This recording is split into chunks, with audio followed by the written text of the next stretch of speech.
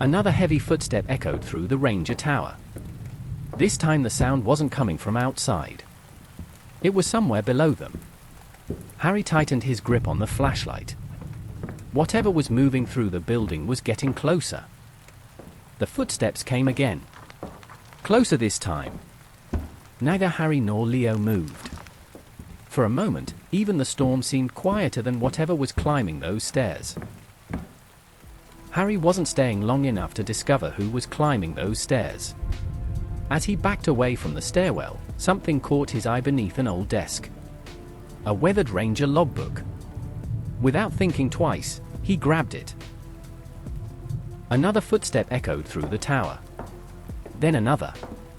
The sound reached the observation floor. Harry immediately pulled Leo behind a row of storage shelves. Neither of them made a sound. Heavy footsteps crossed the cabin floor. Slow. Deliberate. For several long seconds, Harry could hear nothing except rain on the windows and footsteps moving somewhere beyond the shelves. The footsteps reached the staircase again. One slow step at a time, they began moving downward. Harry stayed frozen behind the shelves. Only when the footsteps reached the middle floor did he finally relax. Harry looked at Leo. Leo looked back. Neither needed words. If they stayed any longer, they might never leave the tower at all.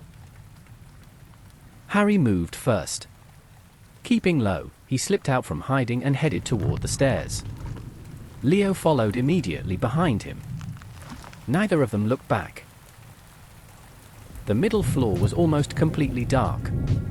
As they crossed it, lightning exploded outside. For a single second, Harry saw a dark figure standing near a rain-covered window. Watching.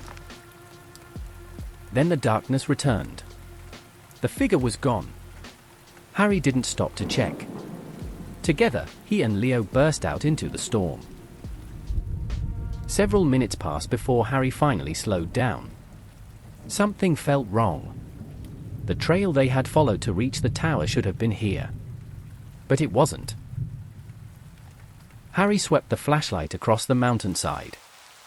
No signposts. No trail markers. Nothing looked familiar anymore. The fog had erased everything. Even the route they had used only hours earlier seemed to have vanished. For the first time since arriving on Raven Trail, Harry wasn't sure where to go next. Harry unfolded the ranger map beneath his flashlight.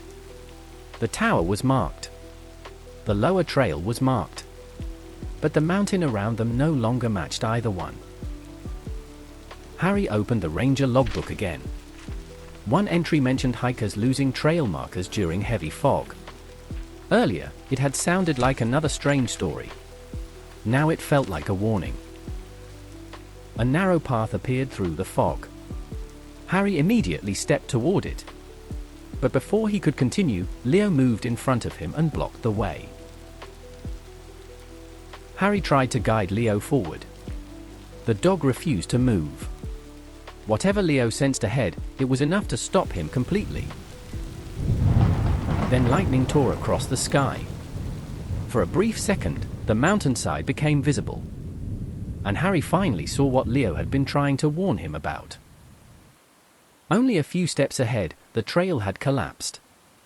The fog had hidden a dangerous drop that looked impossible to see in the dark. Without Leo, Harry would have walked straight into it. Harry looked down at Leo. The dog had saved him without making a sound. For the first time since arriving on Raven Trail, Harry stopped doubting Leo's instincts. This time, Harry let Leo choose the direction. Without hesitation, the dog turned away from the collapsed trail and headed deeper into the forest. Harry followed.